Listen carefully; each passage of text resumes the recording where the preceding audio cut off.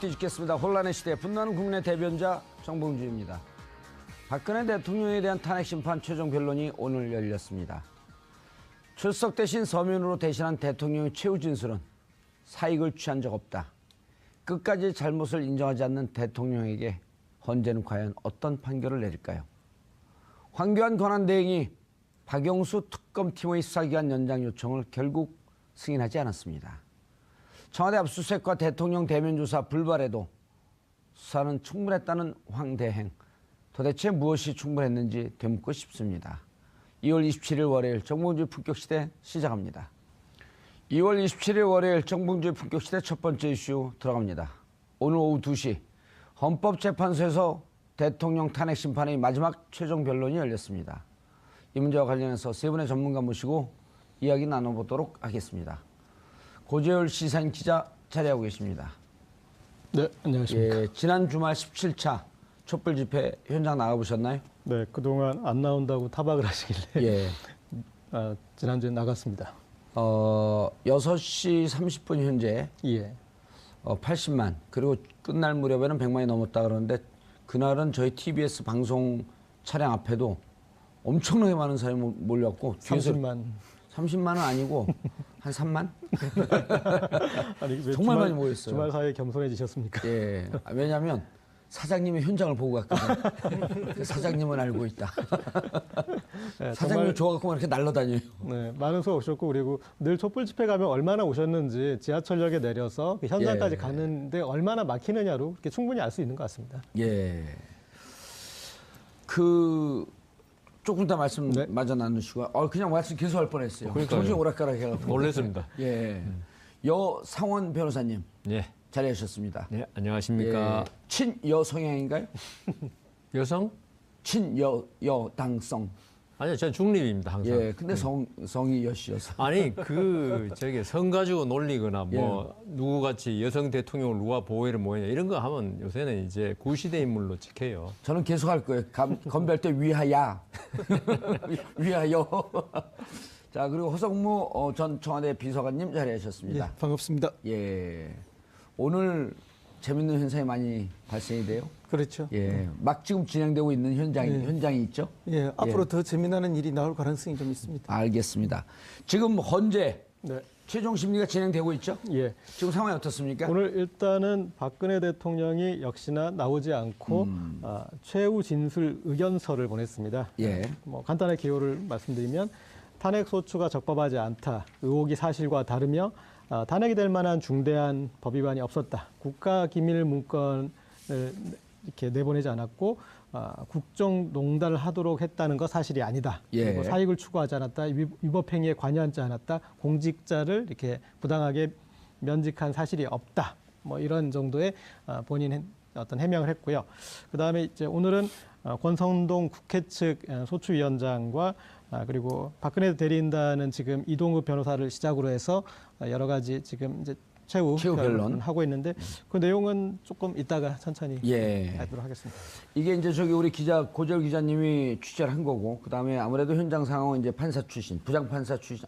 죄송합니다. 그냥 판사 출신 할 뻔했네. 큰일 나죠. 예, 부장판사 출신에 내리 23년 동안을 아이고, 기억력 좋으십니다. 한 번도 휴직하지 않고 그 23은 귀하고 쉬워. 1, 2, 3 하면 되니까. 맞아요. 예, 혼자서 23년 한 거. 1, 2, 3.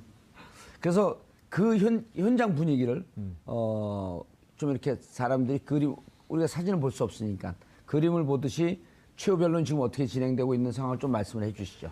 우선 이제 양쪽 대리인단 좌정에 있고 방청객 좀 쫙 나와 있고 그죠? 예. 그러면 이제 헌법재판관 8분이 이제 뒷문으로 입장합니다. 그 방청객이나 변호사는 뒤쪽 문, 법정의 뒤쪽 문, 그다음 헌법재판관들은 법대 있죠, 법대. 법대 그 뒤쪽에 보면 문이 있습니다. 그래서 보통 판사들은 그 문으로 입정하고, 그다음 아시겠지만 피고인과 검사는 옆문으로 또 입정합니다. 옆문으로 입정.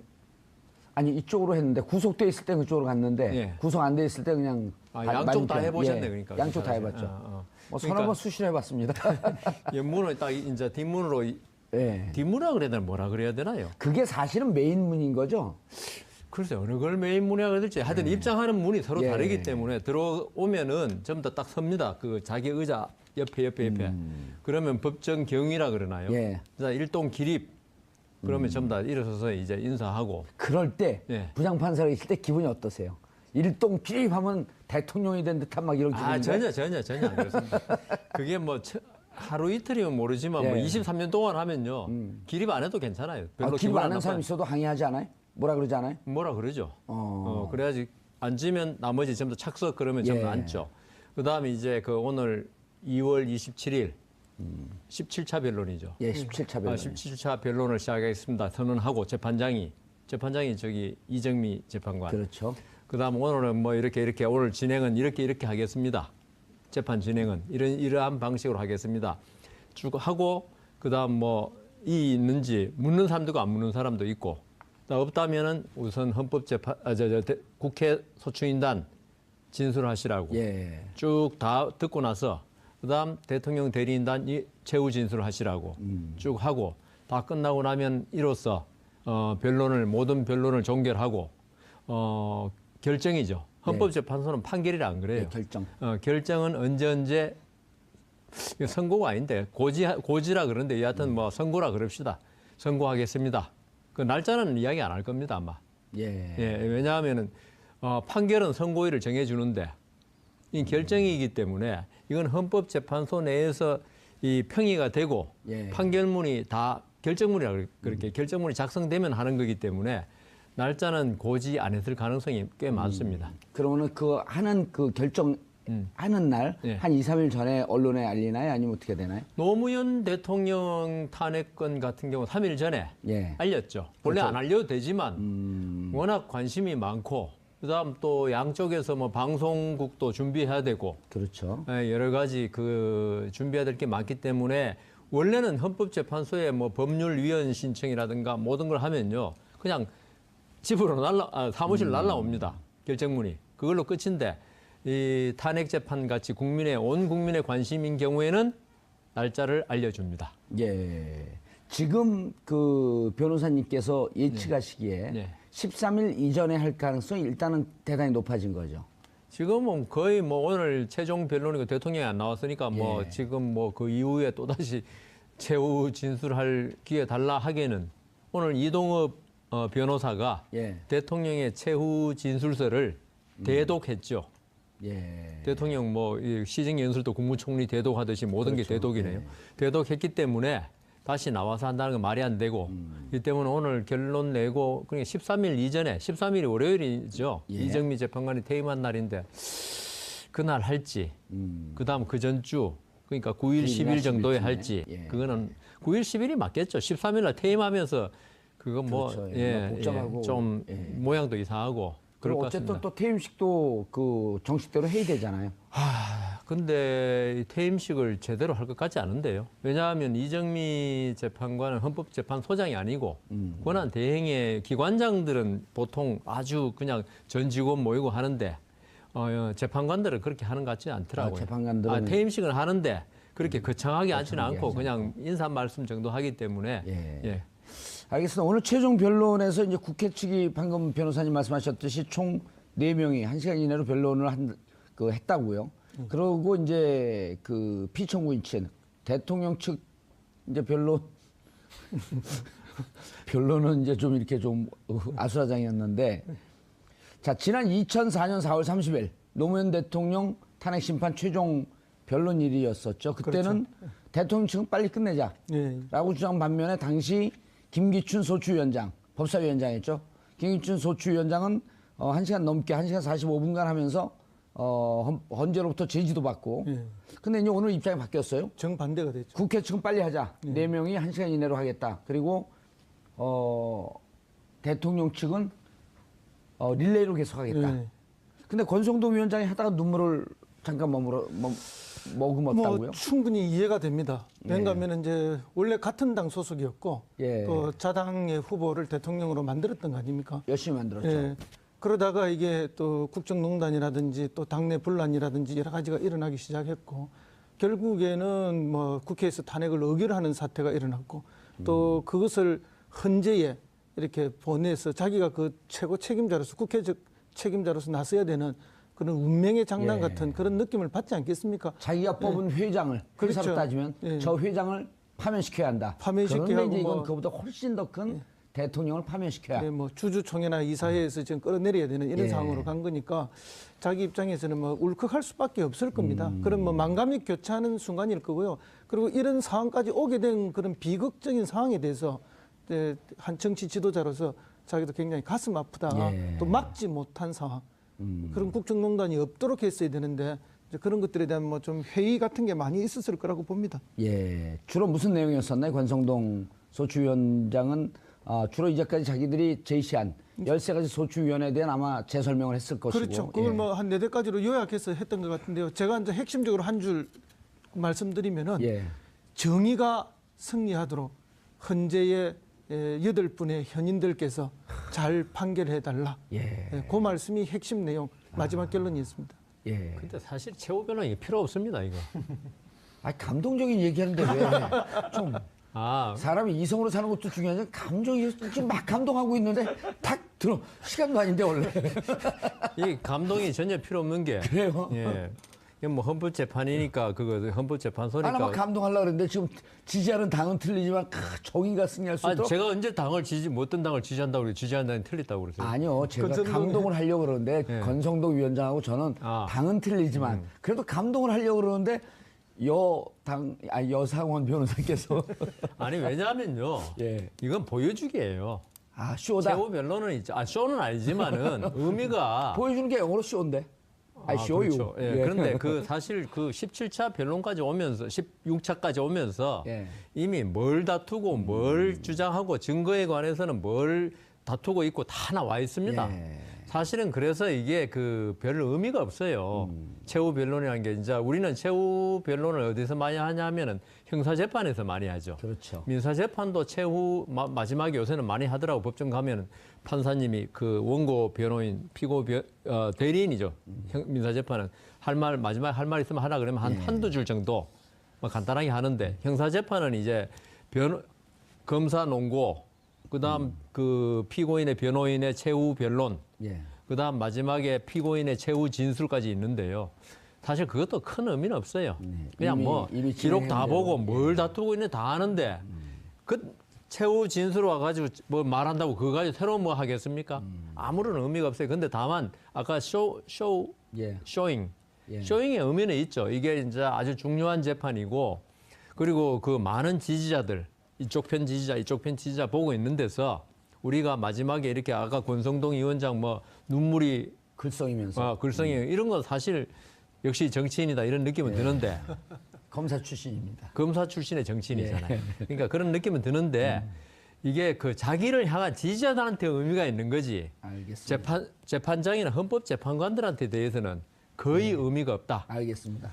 교수님 그런데 자 이제 이렇게 말씀을 하고 드디어 역사적인 현상이 또 벌어졌어요. 네, 그렇습니다. 대통령 대리인단 측에서 뭐 여러 가지 깡패론이 등장했죠. 나이가 깡패다, 연수가 깡패다, 그다음에 당뇨가 깡패다.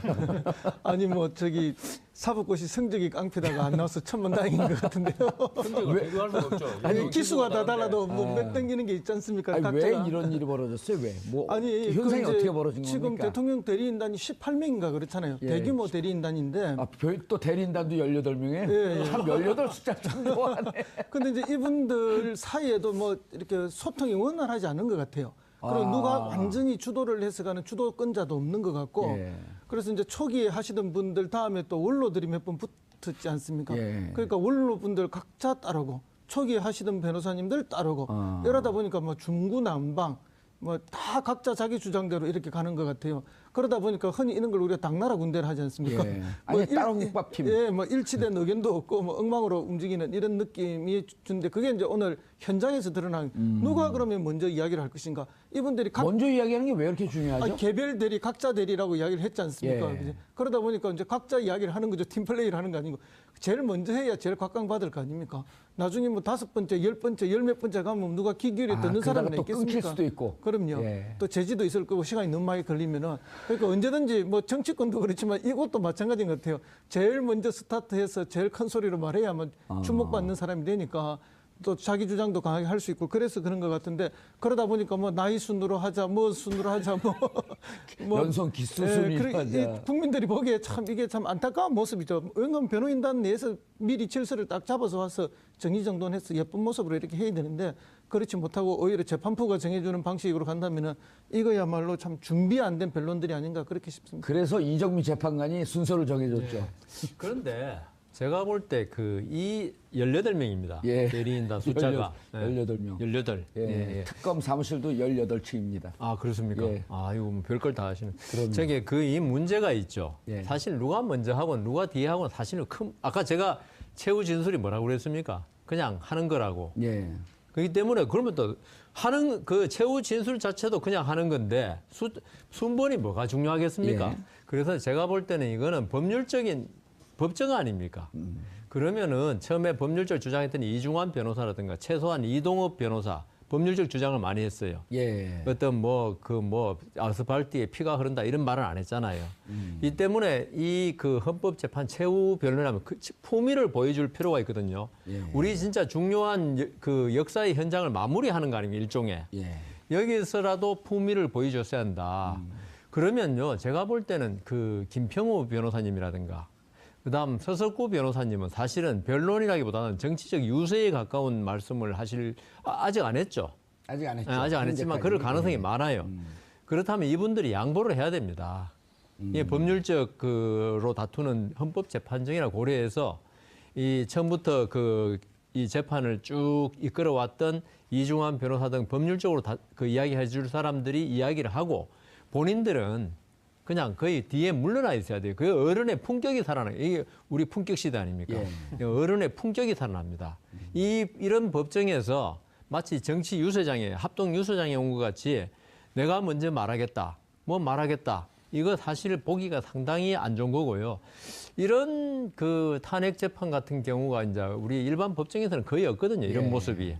이 때문에 처음 보는 건데 이 두 분의 좀 연세 드시고 한참 선배 아닙니까? 예. 좀 자제를 할 필요 있다. 근데 이제 자제 안 되고 지금도 계속 이제 진행되고 있는 거. 그러니까요. 자, 전체적으로 대통령은 출석하지 않겠다. 어제까지 출석하지 않겠다라고 하는 입장을 분명히 했고요. 네. 헌재에서 오늘 최종 변론이 있으니 26일까지 대통령 출석 여부를 알려줘라 하는데 출석하지 않겠다라고 하는 걸 알려줬고요. 그리고 결국은 오늘 252쪽 52회. 예. 분량의 종합 준비 서면을 제출했는데 주로 무슨 내용을 다루나요? 아까 잠깐 말씀하셨지만 네. 좀 정리를 좀 해주시죠. 핵심적인 내용을. 다시 말씀드리면 일단은 이제 좀 주의 환기를 하는 내용으로 좀 국민들에게 불찰로 국민에게 상처를 주었다. 그리고 국정 운영에 부담을 준 점을 안타깝게 생각한다. 그리고 요게 이제 이 지금 사안에 대한 대통령의 어떤 그 문제 의식을 읽을 수 있고요. 뒤로 이제 구체적인 내용들로 가보면 탄핵 소추가 적법하지 않았다. 그리고 의혹이 사실과 다르다.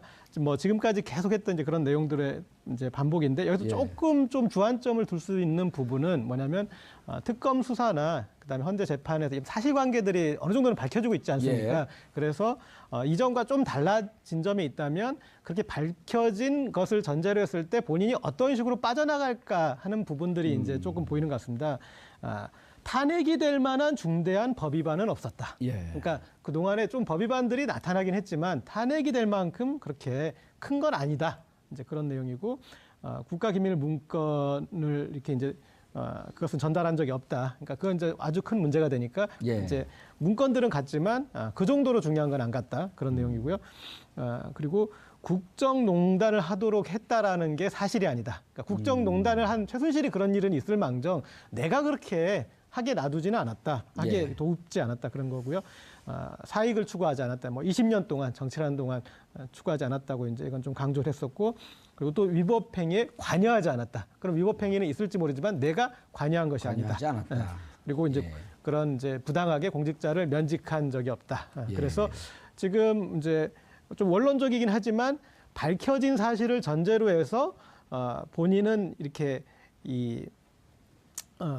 잘못이 없다. 그런 이제 예. 빠져나갈 여지를 만들었는데 여기에 사실은 이제 좀 싱크가 되려면 이 대통령 대리인단들이 구체적으로 하나하나씩 논박을 해야 하지 않겠습니까? 그러니까 이미 그 시기는 다 지났죠, 이제 뭐 근데. 네, 그래도 어쨌든 그렇게 18명이나 와가지고 때로 와서 자기 정치를 할 것이 아니라 뭐 국회 측에서 얘기한 탄핵사업 13가지에 대해서 하나하나 반박을 하든 아니면 이제 헌재가 정리한 5가지 이제 중요한 헌법 법률 위반에 대해서 또 논박을 하든 이제 그런 내용으로 가야 됐는데 이분들은 모두 그냥 자기 정치만 하고 계신 것 같습니다. 예.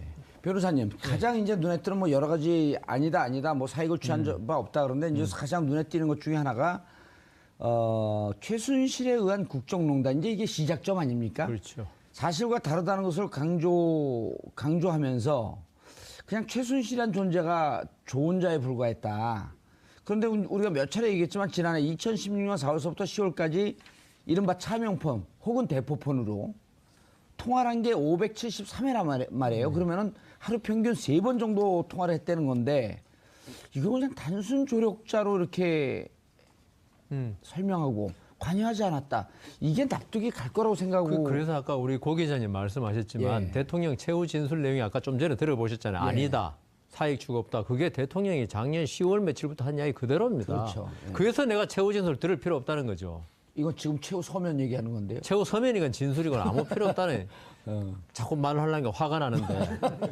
아니, 이 보는 분들은요. 예. 우리 그 변호사님은 사법고시 패스하고 23년 동안 법을 다뤘기 때문에 이거 보고 돌아서면 또 잊어먹고 그래요? 돌아서면 또 잊어먹고 그러기 때문에. 딴 사람 몰라도 우리 정영크는 안 그럴 것 같은데 하여튼 예. 좋습니다. 좋습니다. 근데 예. 이 그 단순한 조언자냐 아니면 국정농단이냐 이거는 박근혜 대통령이나 대리인단이 말할 필요가 없어요. 예? 예. 573회 그다음 뭐 하루에 3번 이상 통화했으면요. 이걸 가지고 판단하는 건 헌법재판소 재판관이 판단하는 겁니다. 이게 조언인지 아니면 국정농단인지 대통령 대리인단은 뭘 해야 되냐 하면은 이 573회가 아니다 입증을 해야죠. 하거나 예. 아니면 573회 내용들이 전부 다 아침에 밥 먹었냐, 예. 뭐 저녁에 잘 잤냐. 그럼 뭐 1분 미만의 통화를 했든지. 1분 미만 통화도 좋고 2분만 예. 통화하는데 오늘 gen날 어디 가서 뭐 밥 누구하고 먹었냐. 왜 여성들 흔히 나이 한 50, 60 넘으면 예. 맨날 하는 통화 있잖아요. 예. 실컷 이야기하고 나서 아이고 빨리 끊고 나중에 이야기하자는 거예요. 많이 그런다 그래요. 그 식으로 예. 뭐 최순실 씨하고 대통령하고 뭐 벌써 몇십 년 70 몇 년대부터 아니까 예. 서로 아주 친하잖아요. 그래서 개인적인 오늘 아침에 매니큐어는 뭐 발랐냐 뭐 이런 식의 이야기 같으면 그런 걸 입증하라 이거예요. 그럼 국정농단 아니잖아요. 그렇죠. 그런 걸 입증을 하면.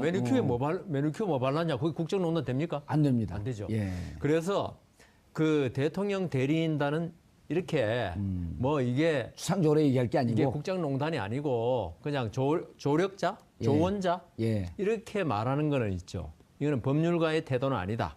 오히려 좀 전에 말씀드린 그런 걸 밝혀가지고 이 최순실이 한 역할에 대해서 대통령의 뜻에 맞게 뜻이라면 뜻에 맞게 그냥 하찮은 일을 그냥 소소한 일상의 대화를 나눌 것이다. 그런 걸 해야 되는 거죠. 예. 그러니까 지금 대통령이 아까 뭐 나중에 또 이야기할지 모르지만 강요냐 뭐 이런 거 다 마찬가지입니다. 그러니까 그 판단 사항은 헌법재판관에 맡기라 이거죠.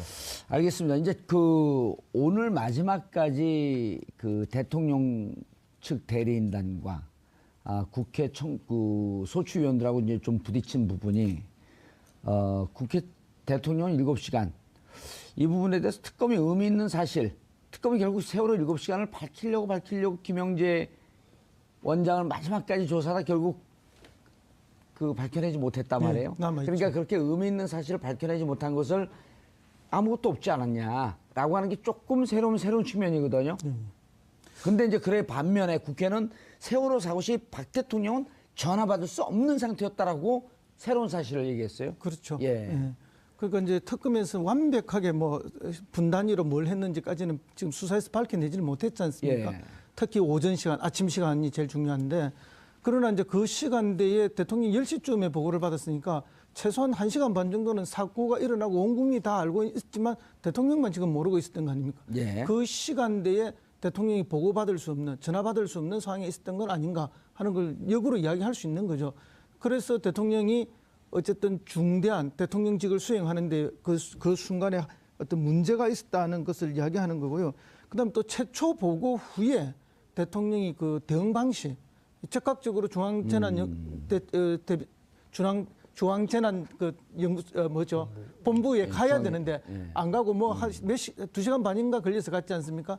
또 그런 늑장 대응이라든지 그리고 그 이후에 태도에서 보여주는 게 이 몇백 명이 죽고 몇백 명이 다친, 백몇십 명이 다친 이 사건에 대해서 본인이 얼마나 주도적이고 중심적으로 관여해야 되는지에 대한 생각이 별로 없이 그 뭐 해경이나 하는 일 정도로 이렇게 했던 이런 여러 가지들을 봤을 때 국민들의 생명권을 지켜내는 데 있어서 매우 소홀히하고 대통령직의 엄중함에 대해서 그런 생각이 좀 없었던 것이 아닌가라는 부분을 별도로 오늘 지적하고 강조를 했습니다. 그래서 헌법 10조 위반이다라고 하는 얘기를 했는데 변호사님 이렇게 그 사실 구체적인 근거나 이런 걸 제시하지 않고 국회 측에서 물론 법정 다툼이기 때문에 전화받을 수 없는 상태였다라고 말하는 건 가능한가요? 주장이기 때문에? 괜찮습니다.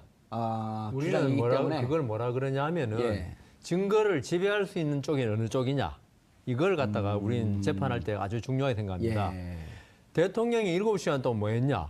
이거 국회 소추인단이 알 수가 없는 일이에요. 이건 아예. 그 시간에 대통령과 같이 있었던 것도 아니고 국회 소추인단 측에서. 대면 조사가 된 것도 아니고. 그러면 이 7시간에 대한 여러 가지 뭐 행방이라든가 했던 일이라든가 이건 대통령과 가장 측근만이 알 수 있는 부분 아닙니까? 그렇죠. 증거를 지배하고 있다고 그래서. 7시간에 대한 증거를 지배한 건 대통령 측이다. 그러면요. 대통령 측에서 사실을 밝혀야 돼요. 그죠? 7시간 동안 뭐 했는지는 다른 사람은 제가 어떻게 알겠습니까? 정의원 알아요? 몰라요. 모르죠. 그냥 증거를 지배하지 않고 있기 때문에 아주 유식한 말 같지 않아요? 증거를 지배하고 있다. 증거가 없다 그러면 되죠. 뭐. 아니요. 우리는 증거를 지배하고 있다 그래요. 왜냐하면 재판에서는 가장 중요한 게 입증 책임이거든. 증거를 댈 책임이 누구한테 있느냐 이건데 이 부분에 관해서는 저는 딴 거는 모르겠지만 세월호 7시간은 대통령 측에서 해명해야 된다. 알리바이라고 뭐 옛날 누가 그랬는데. 여기서 그랬어요. 그렇죠. 내가 아니라고 그래 알리바이 아니라고 그랬는데 또 생각이 나네. 그래서 옆으로 가지 말고 계속 가던 길 가세요. 그러니까 그 부분에 관해서 국회 소추인단의 이 말은 뭐 물론 이때까지 계속 말했지만 그리고 헌법재판관들도 궁금해했죠. 그래 밝히라고 막 그러고 이진성 재판관이 이야기했지만 그 특검도 못 밝히고 그다음 대통령 대리인단도 끝까지 시원하게 못 밝히고 이 부분은 여하튼 대통령 대리인단 측의 책임이 있다. 그렇게 생각합니다. 알겠습니다. 허 교수님 마지막에 이제까지 이제 세월호 7시간을 밝히려고 노력을 했다가 근데 마지막에 좀 단정적으로 얘기했어요. 물론 국민들이 이 시간에 뭐 프로포폴을 맞았다고 주장하는 사람들도 있고 뭐 했다고 주장하는 사람들도 있지만 어쨌든 이것은 확인되지 않은 미확인 정보의 SNS상에 유통되는 것일 뿐일 텐데. 그렇죠. 국회 소추인단이 이 부분에 대해서 어찌 보면 좀 세게 얘기한 거예요. 대통령 대리 전화 받을 수 없는 상태다라고 하는 건 세게 얘기한 건 마지막에 헌재 재판관들의 무슨 심리를 주려고 하는 그런 마지막 강탈을 날린 거 아니냐 이런 느낌도 좀 드는데요. 그러니까 이제 추정할 수 있는 모든 것들이 많이 있지만 그거는 우리가 증거도 없고 또 증거를 가진 자, 아까 방금 증거를 지배하는 자들이라 했는데 그들도 내놓지 않기 때문에 이제 정리할 수 있는 최대의 선이 전화를 받을 수 없는 상태 내지는 뭐 다른 사람들이 연락을 취할 수 없는 상태였던 건 분명하지 않습니까? 그러니까 그렇게 종합 정리를 했고 그런 상태에 국가 원수 대통령 행정부의 수반이 놓여 있었던 것은 뭔가 국가 경영에 국가 운영에 큰 하자가 있는 것이다. 그러니까 대통령의 지휘 수행에 문제가 있었다는 것을 분명히 하는 그런 이야기를 전달한 것이죠. 그런데 그것 때문에 헌법재판소에서도 방금 변호사님 말씀하셨지만 내놔라라고 대통령 대리인단에서 분명하게 이야기하지. 뭐 했노? 내놔라. 이렇게 이야기를 했는데 그 끝내 내놓지 않았지 않습니까? 그러니까 그 책임은 대통령 책에 있는 것이죠. 알겠습니다. 시사인이 단독 보도했어요? 요거 이제 간단히 설명드리면 헌법재판소는 헌법 위반을 다투기 때문에 헌법에 있는 국민의 생명권 보장을 했느냐 못했느냐를 따지기 위해서 내놔라라고 강력하게 요청을 할 수 있는 반면에 특검 같은 경우는 이제 법률로 들어가면은 이게 특검법의 수사 대상인지 아니면 범죄에 해당하는지 그렇게 따져봐야 되니까 그럼 좀 사실은 소극적일 수밖에 없지 않습니까? 그래서 이쪽에 대해서도 이제 좀 수산했지만 특검에서 밝힌 것은 핵심적인 의혹에 대해서는 유의미한 사실을 찾지 못했다. 여기서 이제 유의미한 사실이란 거는 국민들이 그때 혹시 뭐 시술 받은 거 아니야? 뭐 한 거 아니야? 프로포폴 맞은 거 아니야? 그거를 명확하게 얘기해 줄 수는 없다라는 이제 그런 내용인 것 같고요. 대신에 부수적으로 몇 가지 조사된 것이 있다 이렇게 얘기를 했는데 저희 이제 취재진이 그 부수적으로 조사된 내용을 듣고 그리고 또 다른 어떤 부분에 추가 취재를 해서 특히 이제 주진우 기자가 이 부분을 이제 규명을 했는데 이 세월호 사건 당일에 뭐를 했는지는 모르겠지만 그 뒤로 한 달여 동안 정말 구조에 있어서 그리고 세월호 참사에 대한 어떤 이 처리에 있어서 가장 중요한 기간에 대통령은 멍 빼는 주사를 지속적으로 맞았다. 그래서 그것들이 이제 사진 자료도 있고 그리고 진술이나 여러 가지 이제 정황 조건으로 이제 추론을 해보고 그리고 그럼 왜 그렇게 계속 멍 빼는 주사를 맞아야 했을까? 그러니까 계속 대통령이 지금 공개석상에 나와야 되는데 멍이 계속 남아 있어서 뭔가 의심과 의혹을 받을 수 있으면 안 되니까 그런 주사를 맞았겠지 않습니까? 그러면 그 주사를 필요로 하는 그 전에 무슨 어떤 시술을 했겠느냐. 그래서 이제 지금 추론으로는 줄기세포 시술 가능성이 있다. 그리고 그것에 대해서 성형외과 의사나 전문가들도 의혹을 제기하는 상태. 요 정도로 저희가 지금 이제 아니 그러니까 기사를 봤더니 김영재 원장이 처음에 이제 청와대 들어간 건 2014년 12월이라고 얘기를 하고 있고 2014년 4월 21일쯤에도 들어가서 멍 빼는 주사를 맞았는데 멍 빼는 주사는 시술을 받고 하루 이틀 있을 때 가장 멍이 도드라지게 나타나고 그럼 21일쯤 맞았으면 적어도 하루 이틀, 2, 3일, 3, 4일 전에는 이 시술을 받은 거 아니냐라고 하는 추론이 가능했던 거라는 거 아니에요? 기사 내용은? 그 대목에서부터 이제 출발을 해서 그리고 추적을 해봤더니 계속적으로 지속적으로 그리고 4월 19일이 세월호에서 첫 시신 수습된 날이고 4월 20일 그 다음 날은 시신이 무더기로 나오면서 국민들이 정말 온 국민이 멘붕에 빠지고 슬픔에 빠지는 그 시간이었는데 4월 20일, 21일 전후에서 멍 빼는 주사를 맞았다라고 하는 것이 과연 납득할 만하냐? 라는 이제 기사 내용이었단 말이에요. 근데 이건 정확하게 취재가 된 거죠? 그러니까 썼겠죠? 제가 주진우 기자를 별로 신뢰하지 않았어. 제가 좀 잠깐만 멘트하자면 어떻게 보면 있죠. 이 400몇 명인가의 생명하고 대통령의 얼굴 미용하고 어느 게 중요하냐라는 인식의 차이 아닌가, 인식을 드러내는 게 아닌가.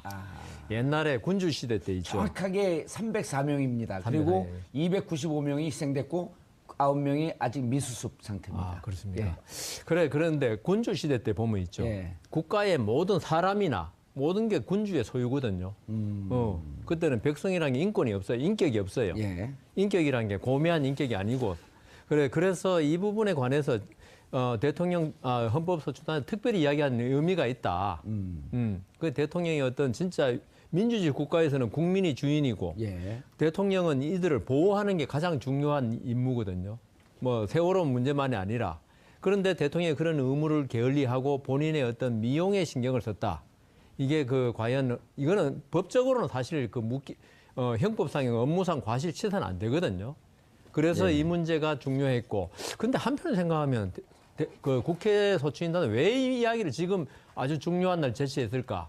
약간의 깨름직한 건 있어요. 지금 우리가 제일 중요하다고 생각하는 건 뇌물죄 아닙니까? 근데 뇌물죄에 관해서 그 헌법재판관들한테 확실한 심정은 못 심어줬다는 생각을 할 수도 있어요. 이 소추단이. 왜냐하면 지금 유죄 판결이 난 것도 아니고 대통령을 특검이 조사해가 뇌물 받았다는 걸 시인받은 것도 아니고 그래서 이 문제를 들고 나왔지 않을까 이런 생각도 조금 해봅니다. 알겠습니다. 허 교수님, 지금 이제 지난번에 지난주 그 태극기 집회 때 김평호 변호사가 탄핵 반대 집회 출석해서 헌재에서 판결을 내리면 무조건 승복해야 하냐? 우리가 무슨 노예냐? 그러니까 법치주의 헌법 정신을 다 부정하는 발언을 했는데 마지막에 지금 문제 제기하고 있는 게 뭐냐면 탄핵소추 의결을 일괄 투표하는 거. 그러니까 13개를 제시했는데 그걸 일괄적으로 다 투표하는 게 과연 적법하냐라고 하는 것 하나 하고 그다음에 헌재판인 체제가 위헌이다. 그러면서 결국은 결정이 어떻게 나와도 불복하겠다라고 하는 그 불씨를 계속 갖고 이어가고 있는데 이 부분에 대해서 어떻게 보고 계세요? 그래서 이제 13개 사안을 일괄 의결한 것이 위헌이다라고 이야기하는데 그 2004년 노무현 대통령 탄핵 때도 그 4개 사안을 일괄 의결을 했습니다. 그리고 그 점에 대해서 지적하자 헌법재판소가 합헌이라고 이미 결정을 내린 사안이에요. 그래서 적어도 우리나라의 그 헌법재판과 관련한 법체계에서는 이 부분이 문제가 되지 않는다. 이미 다 걸러진 문제다. 그런데 이제 김평호 변호사는 이제 자꾸 미국 이야기를 하는 거예요. 미국은 다 뭐 개별 의결을 한다. 미국에서 뭐 들어오신 지는 얼마 안 됐어요. 그래서 이제 그 주심 재판관인 강일원 재판관 보고도 미국에 있어봐서 알겠지만 뭐 이런 이야기를 여러 번 하면서 미국 이야기를 계속했다는 거 아닙니까? 예. 그렇게 하면서 이제 뭐 이 주장을 계속하고 있는데 우리에서는 이미 이제 정리가 된 내용이다. 예. 미국에서는 어떤지 저는 잘 모릅니다만은 근데 이제 이 부분이 잠시 딴 데로 가면은 자꾸 강일원 재판관한테 미국 이야기를 하는 것은 자기는 하버드 로스쿨에서 했고 강일원 재판관은 어느 미시간인가요? 주립대학에서 했대요. 은연 중에 뭐 내가 더 훌륭하다라는 걸 그런 나타내는 뭐 그런 기자들의 뭐 취재 뒷이야기도 지금 좀 있긴 있습니다. 그래서 뭐 그것도 갑질이 아닌가 이런 이야기도 나오고 하는데요. 이제 그런 면도 있고 그다음에 그래서 뭐 일괄 그 국회에서 의결한 문제는 지금 우리 쪽에서는 문제가 전혀 안 된다는 거고 그다음에 두 번째 8인 체제 이거는 뭐 이미 8인 체제로 뭐 여러 번 의결을 한 다른 사람들이 많이 있어서 이것도 경험적으로 다 정리가 된 건데 지금까지 이 사람들이 했던 거는 뭔가 하면은 어쨌든 이정미 재판관 이후에 의결을 하고 뭐 이렇게 기각을 시키려고 자꾸 지연 작전을 썼잖아요. 그렇게 7명 체제로 가려고 지연 작전을 쓰고 그럴 때는 8명, 7명이 뭐 위헌이다 아니다 이런 말 한 적이 없어요. 그러다가 그게 지금 실패로 돌아가니까 불과 얼마 전부터 지난 20일부터입니까? 거꾸로 이제 논리를 정반대로 뒤집어서 8인 체제는 뭐 위법하다 이렇게 지금 나오는 거 아닙니까? 그러니까 자기들의 편리해서 이랬다 저랬다 어느 국민이야 뭐 법률적인 지식이 뛰어나진 않지 않습니까? 상식으로 생각하는 건데 상식으로 이 판단을 받아들이겠느냐? 물론 뭐 헌법재판소에서 지금까지 관례와 그 뭐라 그러죠? 뭐 대법원에서는 판례라 그러는데 그런 것으로 봤어도 이것은 말이 되지 않는다 이렇게 두 가지. 그러니까 지난번에 이제 1월 19일 날 그 이재용 부회장이 그 구속영장이 기각이 되니까 그때 이제 그 대통령 대리인단 측에서 이거 봐라 뇌물죄 아니다. 근데 이번에 이제 또 구속되니까 그 재판과 이것과는 관계가 없다. 그냥 좀 일관되게 그러니까. 지난번에 우리 아주 여기 고재열 기자가 멋진 얘기를 했어요. 거짓말도 좀 성의 있게 해라. 거짓말을 하려도 일관성 있게. 되는 말이죠. 왜요? 거짓말은 무슨 성의 있게 합니까? 거짓말 거짓말인데. 사기꾼들은 아주 성의 있게 합니다. 그런데 요 부분에 대해서는 정말 분명하게 모든 법조인들이 이것이 문제가 없다라고 하는데 동의를 하고 있잖아요. 그렇죠. 모든 법정에 김평호 변호사하고 서석구 변호사 동의 안 하고 있습니다. 이분들은 동의 안 하고. 근데 문제가 없는 거죠, 여기에는. 제가 볼 때 8인이라는 거 있죠. 이건 물론 헌법재판소에서 4대4로 그 결정해가지고 뭐 위헌이 아니다 했지만은 지금 말하는 건 정치적인 말이죠. 헌법재판소법을 제가 하도 이상해서 자꾸 주장하니까 이제 들어오기 전에 보니까 7명이 심리할 수 있도록 헌법재판소법이 그렇게 돼 있어요. 7명이 넘으면? 네, 7명 넘으면. 그래서 그러려면은 이분들 말씀대로 하려면은 헌법재판소법에 대한 위헌 법률 심사를 받아가지고 이 헌법재판소법이 헌법의 정신, 재판관 9명으로 재판하는 걸 우리가 헌법 정신으로 구현하고 있는데 이 헌법재판소법이 우리 헌법에 위배된다. 위헌 심판 제청을 받아가지고 위헌 법률 받았으면 지금 위헌이 되죠. 그런데 지금 이 법에 대해서 위헌이란 견해가 뭐 판결도 돼가지 위헌 심판 청구도 안 했고 지금 엄연히 살아있는 법에서 7명은 넘으면 심리할 수 있다고 돼 있는데 이걸 가지고 자꾸 위헌 그러면요. 진짜 그 뭐 아닌 것을 아니라고 하는데 뭐 대장금에 나오는 유명한 대사 있지 않습니까? 그거 어떻게 되는 겁니까? 안 되죠. 그러니까 이미 7명을 최소 의결 정족수라고 보고 있는데. 정족수가 헌법재판소법에 그렇게 돼 있다니까요. 헌법재판소법에. 그게 위헌이 되지 않은 이상은 여기에 7명 하는 걸 자꾸 위헌이라 그러면요. 법률 안 보고 말씀하십니까? 이렇게 말 들을 수 있죠. 그러니까요. 이렇게 말하는 분들이 변호사하고 헌법재판소법을 너무나 잘 알고 계시잖아요. 그러면서 이렇게 말을 하니까 정치적일 수밖에 없다. 정치적일 수밖에 없고 탄핵 이유를 노린다. 지지자들에게 헌법재판소의 재판이 정치적이고 편향적이고 잘못된 것이다. 다만 그 이정미 재판관이 그때 왜 8명이 하면 위헌이라고 할 때 의견을 냈었어요. 8명이 하면 위헌이 아니냐. 그렇지만 그때 소수 의견이었고 그래서 끝났는데 아마 이정미 재판관이 지금 권한 대행하고 있는데 당신이 옛날에는 그렇게 말해놓고 지금 이거에 대해서 어떻게 생각하냐. 근데 뭐 이건 근데 아까도 말씀드렸다시피 헌법재판소법 23조인가 22조에 그게 그걸 위헌 선고받지 않는 이상은 이 주장을 하는 게 뭐 정치적으로 이렇게 내세운 거는 몰라도 법률적으로는 전혀 당치 않죠. 알겠습니다. 헌재 탄핵 심리가 오늘 마지막 17차 심리를 끝으로 이제 종료됩니다. 이제 국민들은 최종 선고가 언제 이뤄질지 그리고 어떻게 이뤄질지만을 지켜보면 되겠습니다. 정봉주의 품격시대에서는 여러분의 소중한 의견을 받습니다. 샵 5400으로 토론 주제 맞는 다양한 의견 문자로 보내주시기 바라겠습니다.